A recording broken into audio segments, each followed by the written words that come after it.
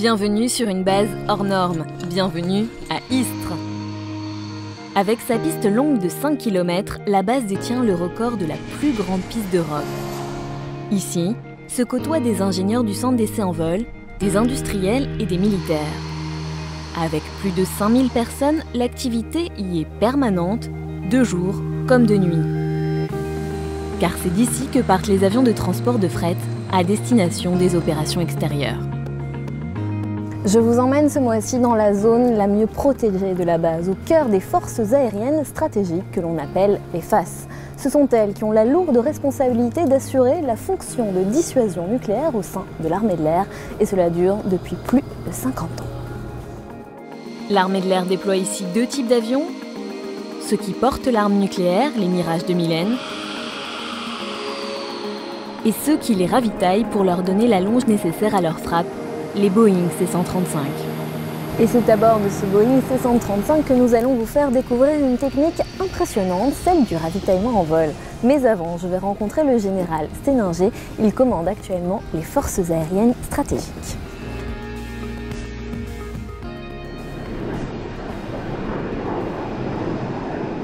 Bonjour Général, nous sommes devant 2 avions emblématiques des FAS, un Rafale et un ravitailleur C-135. Alors pour commencer, tout bêtement, quand on parle des FAS, de qui et surtout de quoi parle-t-on? Alors les FAS, c'est ce qu'il est convenu d'appeler une force nucléaire. C'est une force nucléaire qui est chargée de la mise en œuvre de la composante aéroportée de la dissuasion nucléaire.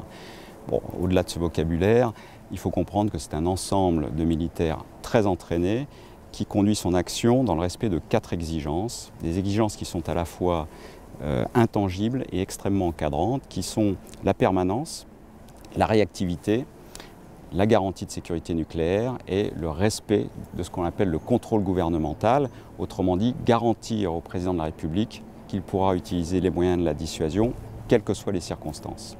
On évoque aussi souvent un monde un peu à part, et vous en avez un peu parlé, très exigeant. Alors un monde à part, certainement pas. Les FAS occupent une place pleine et entière au sein de l'armée de l'air. Elles ne conduisent pas leur action seules et de manière isolée. Elles ont besoin du concours de nombreux autres acteurs, qu'ils soient aviateurs ou non d'ailleurs. Je précise d'ailleurs au passage que les FAS ont également une mission conventionnelle, au-delà de leur mission traditionnelle qui est la mission nucléaire. Qu'il s'agisse de police du ciel, d'opérations extérieures, en ce moment même ces avions sont engagés en Afrique, de ravitaillement vol et même d'évacuation sanitaire. Et votre question porte également sur l'exigence.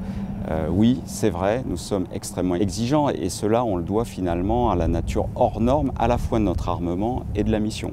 C'est la raison pour laquelle notre entraînement est conduit de manière extrêmement intensive, de manière très réaliste, et absolument sans concession, car il existe des domaines, et ils sont nombreux, je parlais tout à l'heure de la sécurité nucléaire, par exemple, dans lesquels il n'y a absolument aucune dérive possible. Elles existent depuis 5 décennies, ces forces. Comment voyez-vous l'avenir et comment vous le préparez aussi? Alors le bilan, effectivement, c'est notre bilan, c'est 50 ans, un peu plus de 50 ans au service de la paix, et nous espérons bien continuer à servir cette paix encore de longues années. S'agissant de l'avenir, pour nous, c'est l'arrivée dès 2018 de Rafale supplémentaires. Donc c'est le passage à une flotte tout Rafale. Vous avez cité tout à l'heure 2 avions emblématiques des FAS, le Rafale et le Boeing ravitailleur. Mais il y a également le Mirage 2000N qui cédera sa place au Rafale en 2018. Et puis 2018, ça sera aussi l'arrivée d'un nouvel avion ravitailleur, enfin, serais-je tenté de dire, l'Airbus A330 Phénix. Il y a donc devant nous un saut qualitatif net à franchir, auquel nous nous préparons déjà, mais il y a aussi la prise en compte d'une nouvelle mission, qui est la mission de transport stratégique, qui est aujourd'hui assumée par les Airbus de l'armée de l'air. De grands défis donc. Merci Général pour cet éclairage. Je vous en prie, puis bon vol.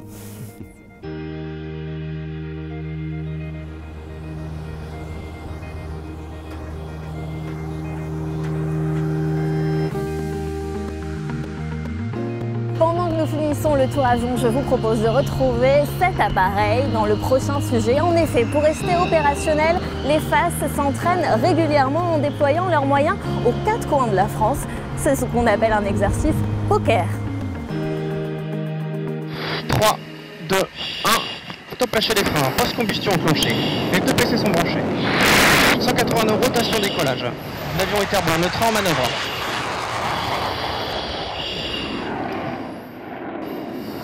On poursuit notre montée vers le niveau de vol. Bienvenue à bord d'un Rafale biplace de l'escadron 191 Gascogne.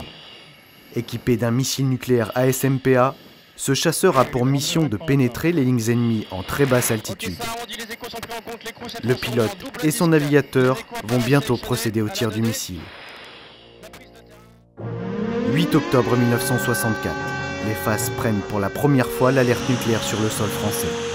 50 ans plus tard, les technologies ont évolué, le Rafale a remplacé le Mirage 4, mais la mission reste la même, garantir à tout prix le maintien de la paix. Pour intervenir vite et frapper juste, ces forces de l'ombre s'entraînent plusieurs fois par an à un raid nucléaire grandeur nature, l'opération Poker. L'opération Poker est l'opération aérienne la plus emblématique des forces aériennes stratégiques. Elle se déroule uniquement de nuit, 4 fois par an. Elle met en œuvre plusieurs dizaines d'appareils et à peu près 1 millier d'aviateurs sont mobilisés lors de ces opérations. 6 bases aériennes participent à l'exercice. Cette nuit, c'est Tavor qui accueille les équipages. Cette base militaire est équipée de zones d'alerte nucléaire où pilotes, mécaniciens et armuriers préparent leur mission en toute sécurité, car ces abris nucléaires ont été conçus pour résister aux menaces de guerre atomique qui pourraient peser sur la France.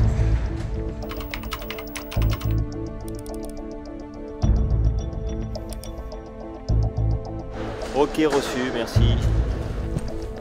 Les armuriers viennent de recevoir l'ordre d'installer le missile nucléaire ASMPA, tout du moins une maquette, aux dimensions identiques à l'original. Pour des raisons de confidentialité, celle-ci apparaîtra toujours floutée à l'écran.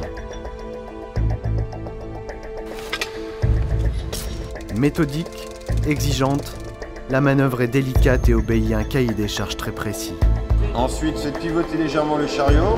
Dans le cadre de la sécurité nucléaire, il est complètement interdit d'improviser. Tout est organisé, tout est étudié en études de sécurité. Les procédures sont adaptées, donc à partir de là, on n'a pas à déroger à la règle et tout ce qui n'est pas écrit est complètement interdit.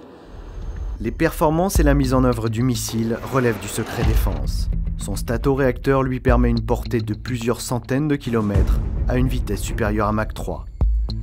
Opérationnel depuis 2009 sur Mirage 2000N et depuis juillet 2010 sur le Rafale au standard F3, la SMPA affiche une technologie de pointe au service de la dissuasion.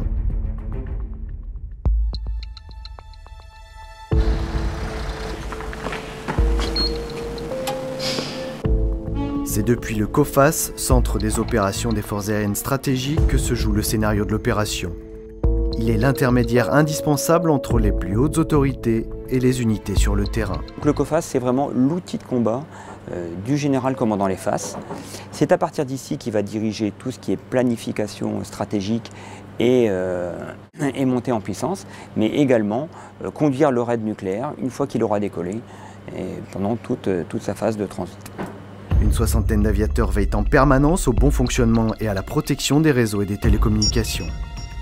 Ils garantissent au président de la République que lui seul peut engager les forces nucléaires.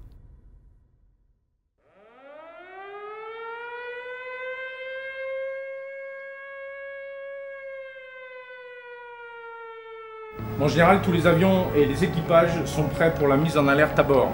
Pour tous les équipages, passage en alerte à bord immédiatement. Alerte à bord immédiatement. Mon général, tous les avions sont en alerte à bord. Ok, très bien, parfait.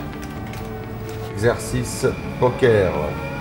Décollage de tous les avions associés au plan Poker. Exercice, exercice, exercice. Top lâcher les freins, post-combustion enclenchée. Les deux PC sont branchés. La poussée s'établit. Le GIX à 55 nominal, on poursuit le décollage. À 150 nœuds d'accélération. 180 nœuds rotation décollage. Notre train en manœuvre. Mon général, décollage effectif de tous les avions. Ok, très bien, Justo.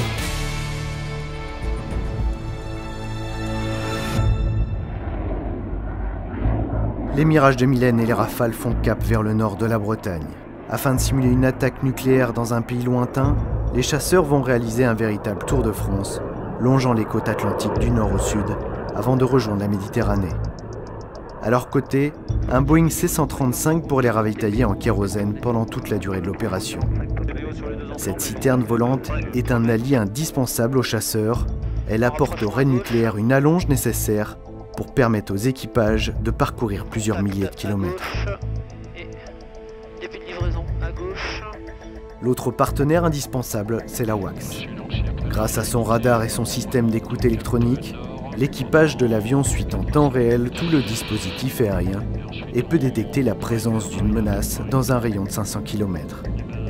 Toutes ces informations sont ensuite envoyées simultanément aux COFAS et aux chasseurs bombardiers par le biais de liaisons de données tactiques. On va lui donner des informations très précises sur la menace qui se présente à lui, la position précise de cette menace, son évolution et le type de menace à laquelle il va devoir faire face.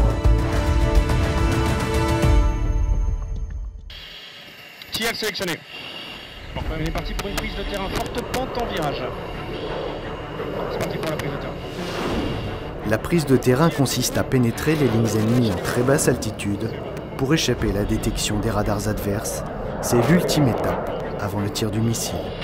Ok, ça arrondit, les échos sont pris en compte, l'écrou s'est transformé en double disque. La prise de terrain se termine maintenant. À une vitesse de 1000 km/h et à 100 mètres du sol, les 2000 N et les Rafales sont équipés d'un radar suivi de terrain couplé au pilote automatique.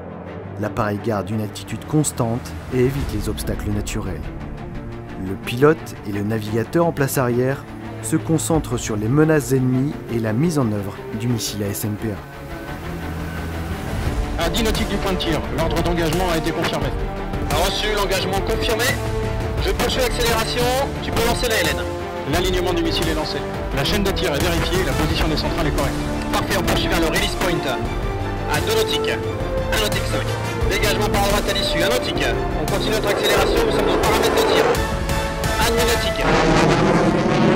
Point de tir, appui BRM, le tir encadré. Missile, parti. Dégage à droite.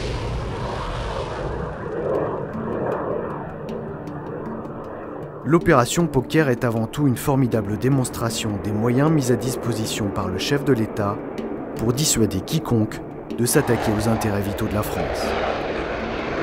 Lors de sa visite sur la base aérienne d'Istres en février 2015, François Hollande tenait à réaffirmer l'objectif primordial de la composante aéroportée.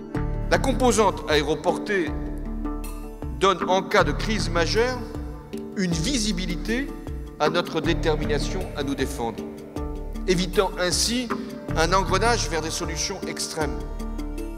Voilà l'intérêt des deux composantes.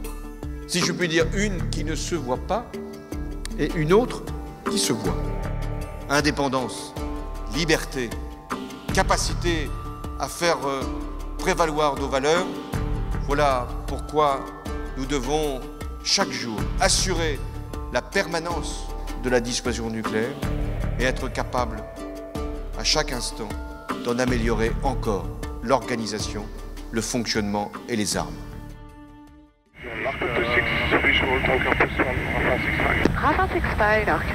Nous avons donc rejoint la cabine de pilotage où sont installées 4 personnes qui ont des rôles clés. Il y a bien sûr le commandant de bord, à ses côtés le copilote qui aujourd'hui est une femme. Au milieu il y a l'opérateur de ravitaillement en vol et vous allez le voir, son rôle à lui est vraiment très particulier.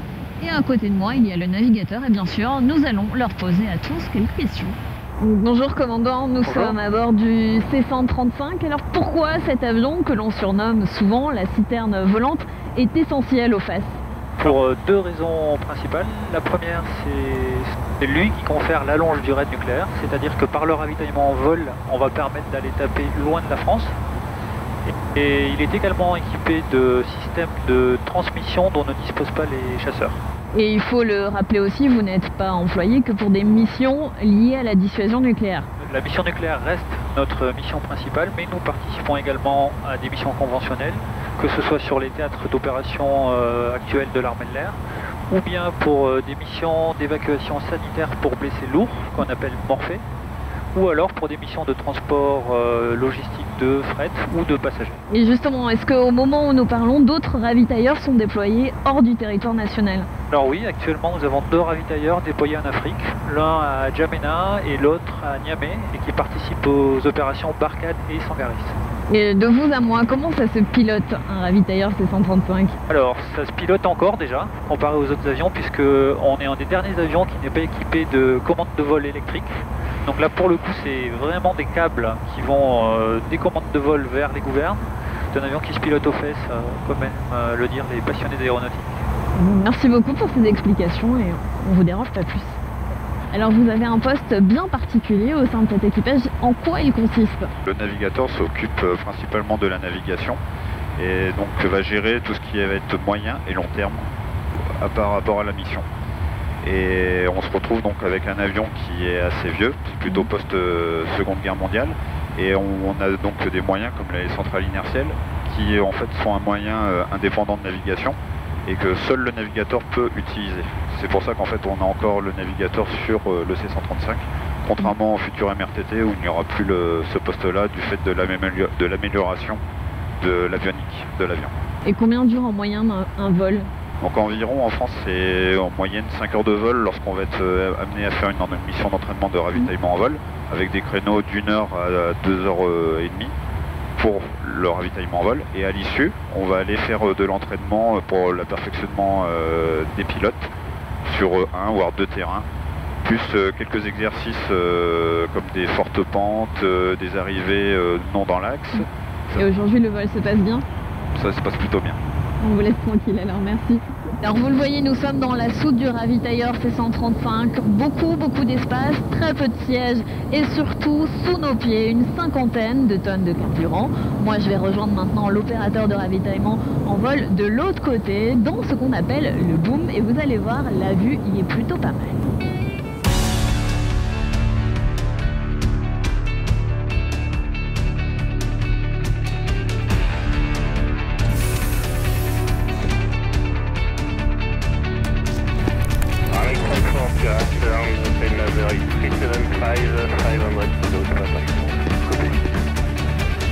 Stable à 3 mètres derrière. À 2 mètres. 1 mètre. Contact. Et stable. Donc c'est à partir de cet endroit très exigu que vous gérez les opérations de ravitaillement en vol. Tout à fait. Et ça se passe comment alors? Alors les chasseurs viennent à quelques mètres derrière le Boeing. Nous descendons notre perche de ravitaillement en vol, ils sont équipés d'une perche de ravitaillement qu'ils doivent venir mettre dans le panier de ravitaillement. Pour nous donner un chiffre, combien de tonnes de carburant vous délivrez à la minute? Pour un Rafale, 1 tonne par minute, et pour un Mirage 2500 kg. Et je sais qu'il y a un autre endroit sur l'avion à partir duquel on peut venir se ravitailler. Oui, tout à fait. Alors en bout d'aile, on a des pods depuis lesquels on déroule du tuyau avec un panier, c'est à peu près le même système. À la différence qu'on peut ravitailler 2 avions en même temps. Et à chaque fois, c'est une opération de haute précision pour les chasseurs, j'imagine? Oui, tout à fait. Donc le panier fait un peu plus de 60 cm de diamètre. Donc assez précis pour eux. Est-ce qu'on se lasse de ce point de vue assez magique? Pas encore. Pas encore, et vous êtes à combien d'heures de vol? 600 heures de vol. Ah oui, quand même. Ouais. Merci pour la visite. Merci. À 2, 2. 5 2, 2.2 full. Disconnect. 2 disconnect. Thank you,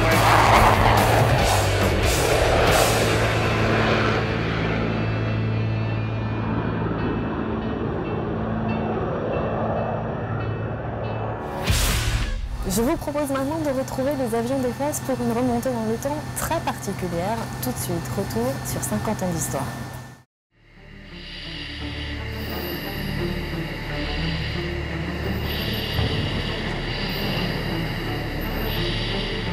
J'en pars dessus, secteur nord, 14 nautiques, 8000 pieds.